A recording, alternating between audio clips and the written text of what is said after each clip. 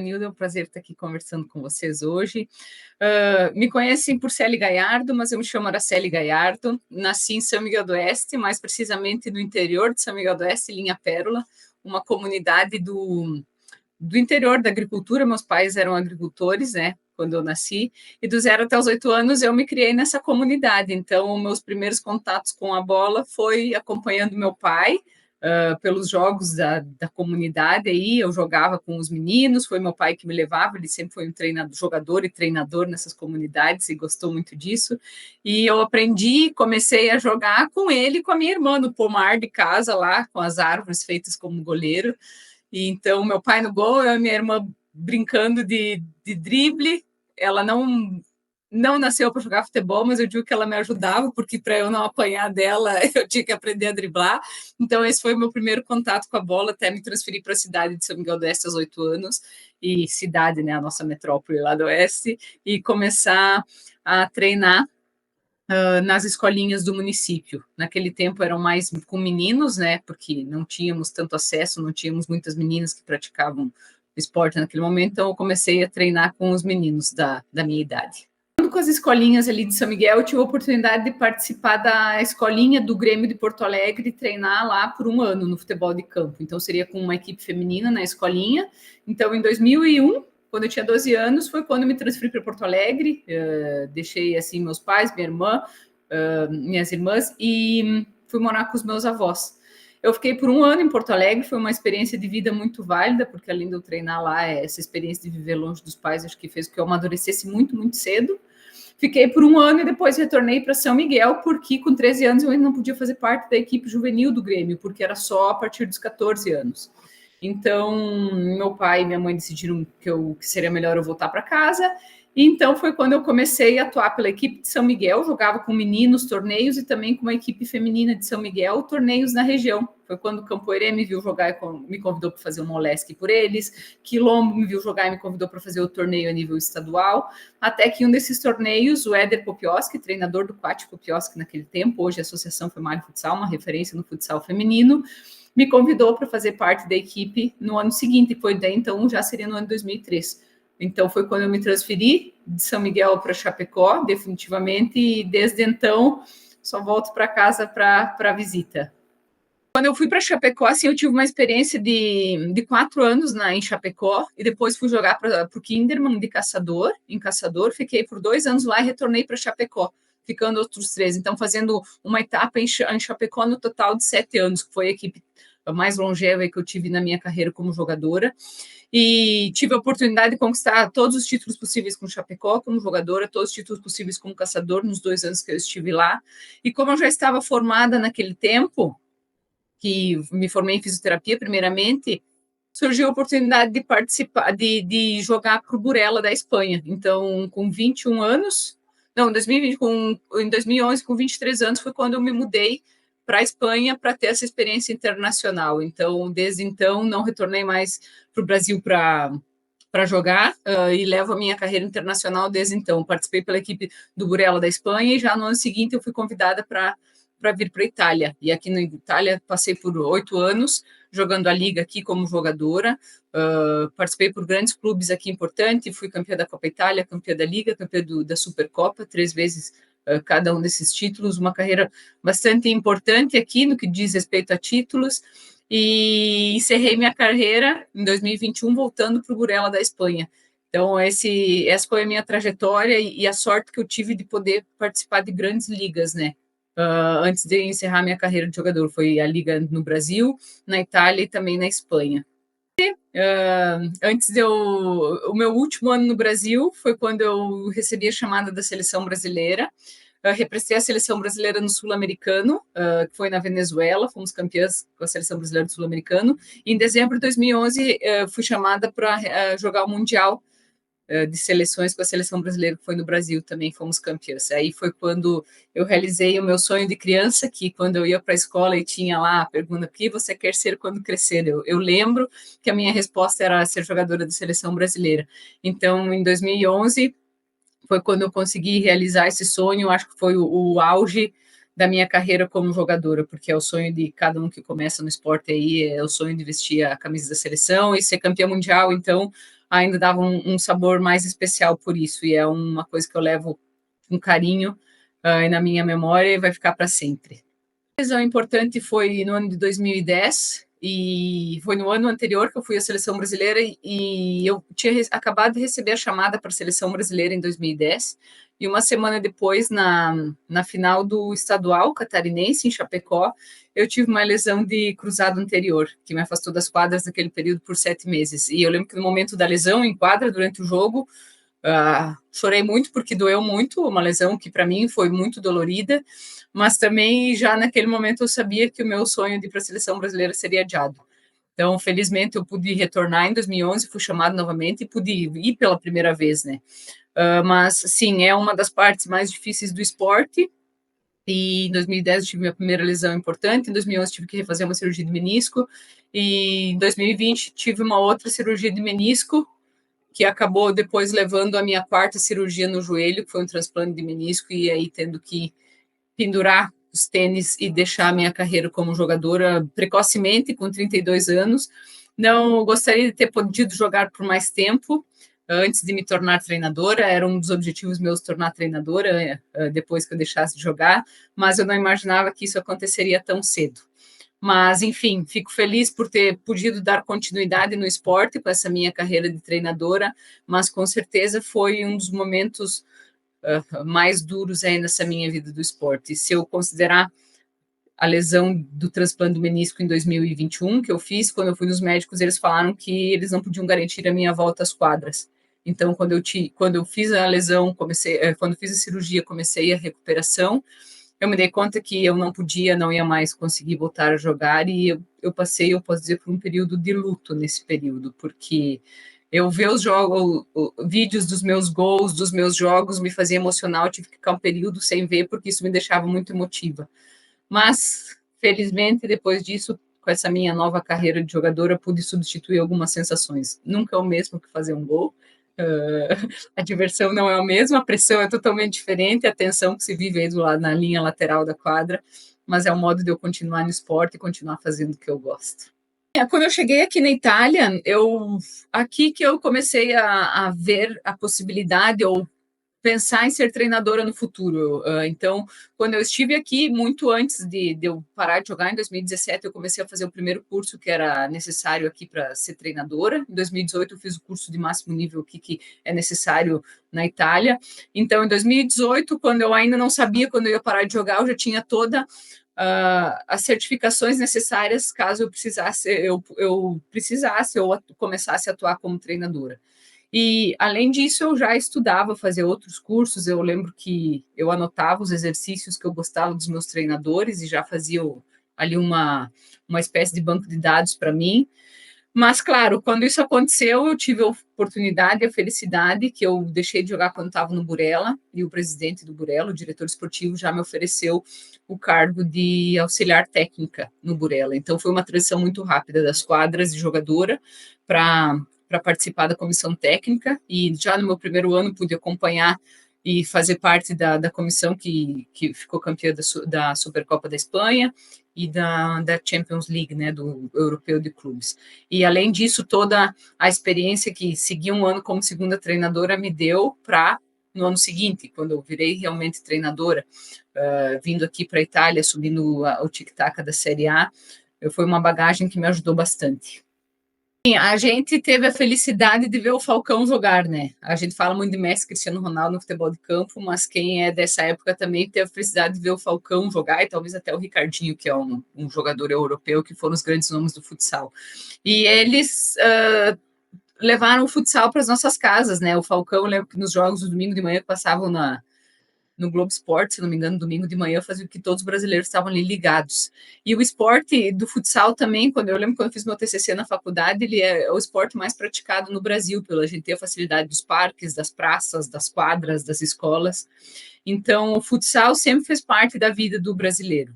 E esse ano, o futsal feminino vai ter o primeiro mundial de seleções oficial organizado pela FIFA. Até então, eram torneios não oficiais, que tinha a chancela da FIFA, mas nunca de organização da FIFA. O masculino, por sorte, faz muitos anos que tem o apoio da FIFA, mas o feminino está começando nesse ano.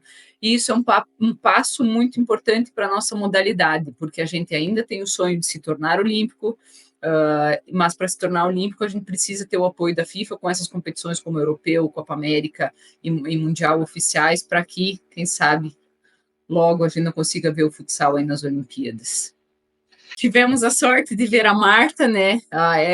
Eu lembro que quando eu era criança e via, a gente tinha a Cici, a Formiga, que eram referências nas seleções, depois veio a Marta aí, dando muita visibilidade para o nosso esporte.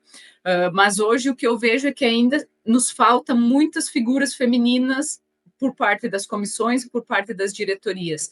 Tanto que hoje, quando a gente vê uma mulher trabalhando, especialmente no futebol masculino, no futsal masculino, isso é uma grande novidade. A gente pode citar o exemplo da Nívia, né, Bezerra de Lima, que ela é treinadora de sub-20 masculino da Chapecoense, que ela se tornou notícia por ser a primeira, e eu fico muito feliz por isso, abrindo portas, mas eu anseio pelo dia em que isso já não seja mais uma novidade, que seja algo comum. A gente está pouco a pouco conquistando esse espaço.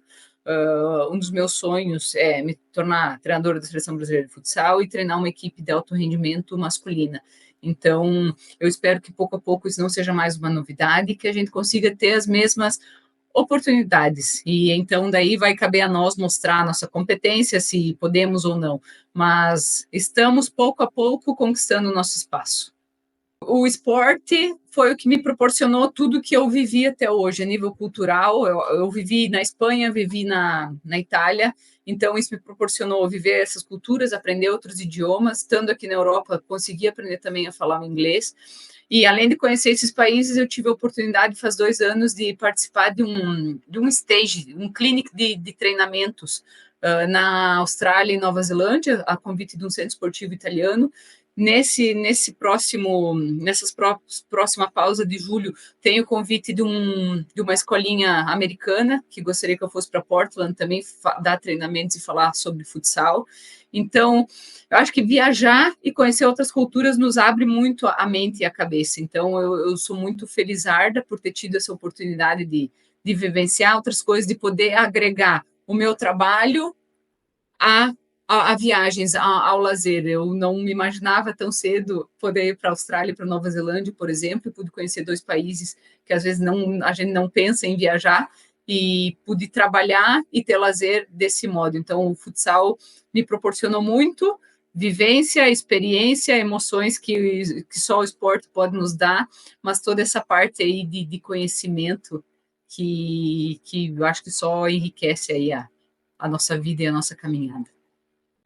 Quando eu saí do Brasil e fui para a Espanha, a parte da língua não foi muito um problema, porque o espanhol e o português eles são mais similares, então eu consegui aprender o espanhol com bastante rapidez. Quando eu cheguei aqui na Itália, eu lembro que foram me pegar no aeroporto, me levaram desde Roma até a cidade onde eu ia morar, e eu escutava os italianos falando italiano entre eles, e eu pensava que eu não seria capaz de aprender esse idioma, porque eu não conseguia entender uma mínima coisa.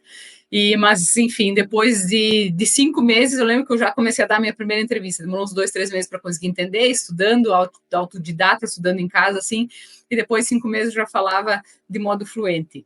Mas eu sempre digo que quando eu vim para a Itália, eu entendi um pouco a minha família, porque nós somos aí no sul do Brasil, existem muitos descendentes de italiano, e eu tenho meus avós, meus tios-avós, que também têm esse laço estreito com os italianos, porque foi meu tataravô, acredito que foi o nosso descendente que saiu daqui.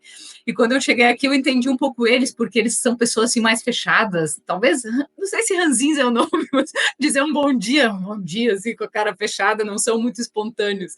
E quando eu cheguei aqui, eu encontrei mais ou menos o mesmo modo. Às vezes vai num bar, dá um bom dia, o pessoal te olha com um bom dia, cara fechada, não no modo que a gente talvez um pouco mais caloroso no Brasil. Então, vir para cá fez com que eu entendesse um pouco a minha família. Claro, tem esse choque um pouco cultural, que é um pouco diferente, mas felizmente a culinária aqui é muito boa, é muito similar ao que a gente está acostumado aí também no sul do Brasil. Então, na verdade, a coisa mais difícil de se adaptar é estar longe da família, estar distante, ver a família só uma vez por ano. Todo o resto a gente vai com jogo de cintura, com o nosso jeitinho brasileiro dando um jeito. Em fisioterapia, depois, quando eu já estava aqui, eu consegui fazer a distância educação física aí no Brasil, e quando eu comecei a minha transição de jogadora para treinadora na Espanha, eu buscava sempre por muitos cursos de formação, que a Espanha a gente tinha mais facilidade para ter acesso a cursos online, a cursos presenciais, e quando eu retornei para a Itália para ser treinadora em 2022, eu não tinha tanto acesso a cursos aqui. E tinha um curso por ano em Milão, mas para mim, pelas datas, era difícil ter acesso, então até que o ano passado me veio a ideia de montar um curso para treinadores na região de Pescara, que é uma região bastante centralizada na Itália, e no ano passado, no mês de junho, na primeira edição, já foi um sucesso com o número de cursistas, com o número de treinadores que vieram para falar, 2 dias de muita imersão, e que me ajuda para continuar a minha formação e já também para proporcionar para outros treinadores, assim, continuar nessa caminhada. É um trabalho que a gente tem que continuar sempre se atualizando, porque hoje o futsal é de um jeito, amanhã a gente joga de outro, depois muda a tática e volta que era anteriormente, então tem que sempre estar aí em contínua atualização. E esse ano já estou organizando a segunda edição e espero que ela seja uma continuação do que foi no ano passado, através do Novo Futsal, que é uma página no Instagram, se alguém quiser seguir, ou através do Novo Futsal a gente possibilita esses cursos de formação para treinadores aqui. Acredito que quando eu comecei a jogar, às vezes a gente não dava valor para às vezes as dores, as queixas dos atletas. Eu lembro de treinar com dor muitas vezes, sabe? A gente sobrecarga, a gente não cuidava muito bem do nosso corpo, ia muito mais além do nosso limite. E esse atleta é uma superação, a gente sabe que é uma superação, é matar um leão por dia, mas é claro, muitas vezes a gente não cuidava tanto do nosso corpo, e não sei se acredito que talvez se eu tivesse cuidado de outra forma, não jogado quando tivesse me lesionado, se isso teria evitado de eu ter que deixar as quadras tão cedo. Mas, é claro, agora no esporte, estando no papel de treinadora, uma atenção mais que a gente tenta dar desse cuidado com os atletas, de cuidado com as lesões, para tentar alongar, assim, o máximo possível essa vida útil do atleta. E até porque a gente sabe que jogador quer jogar, às vezes está com dor e não sai do treino, diz que não é nada, mas a gente tem que tentar ter esse cuidado, até porque tem toda essa parte humana por trás, e isso vai nos ajudar para que no momento que a gente mais precisa, todo mundo esteja aí na melhor forma possível. Mas ter passado pelas lesões me ajuda muito a ter essa empatia também com os atletas que sofrem, ficam afastados das quadras, às vezes ficam aí muitos meses afastados da rotina de treinamento. A vivência que eu tive nos 3 países me ajudou muito a me formar como treinadora, porque eu conheci um pouco do que é o futsal no Brasil, especialmente através do Éder Popioski, que foi meu treinador por muitos anos em Chapecó. Tive uma experiência com treinadores ótimos na Espanha e pude conhecer um pouco o método de trabalho aqui na Itália. Mas a minha inspiração e a minha força maior sempre veio da minha família, porque eu acredito que sou uma pessoa muito sortuda, porque eles sempre me apoiaram muito. Quando eu tinha 12 anos, não sei quantos pais teriam deixado um filho sair de casa, mas era o meu sonho. E esse sonho se tornou também deles, porque eu tinha tanta vontade de me tornar jogadora, que eles sempre me apoiaram. Então, até inclusive quando eu passei da transição de jogadora para treinadora, eu vejo a realização deles como se fosse a minha. E é claro, isso é um motor, é uma força que me mantém, e sou muito agradecida. Realmente não sei se sem eles eu teria conseguido. Então, quando eu morava no interior, a gente tinha acesso à rádio e à TV, era o máximo que a gente tinha. Eu lembro que, inclusive, na minha primeira vivência fora de casa, aos 12 anos, eu me comunicava com a minha irmã por cartas, porque a minha irmã, naquele tempo, eu tinha 12, minha irmã tinha 15, e a gente se escrevia cartas, porque o meu pai me ligava, ou a minha mãe, uma vez a cada 15 dias, por causa do telefone não era algo tão acessível, então era um modo que a gente tinha de manter contato. Felizmente, anos mais tarde, quando eu vim para a Espanha e para a Itália, a gente já tinha, através do Skype, MSN naquele tempo, chamada de vídeo, depois com o WhatsApp, tudo facilitou. Mas eu lembro que no começo, sim, era muito difícil, a gente se mandava fotos por carta, revelada por carta, e eu ainda tenho essas cartas guardadas lá em casa. Pude passar por muitas etapas, assim, de não ter telefone, de ter, sabe, de viver todas, mas claro, ter essa parte da tecnologia me ajudou muito, especialmente para quando eu vim para fora do país.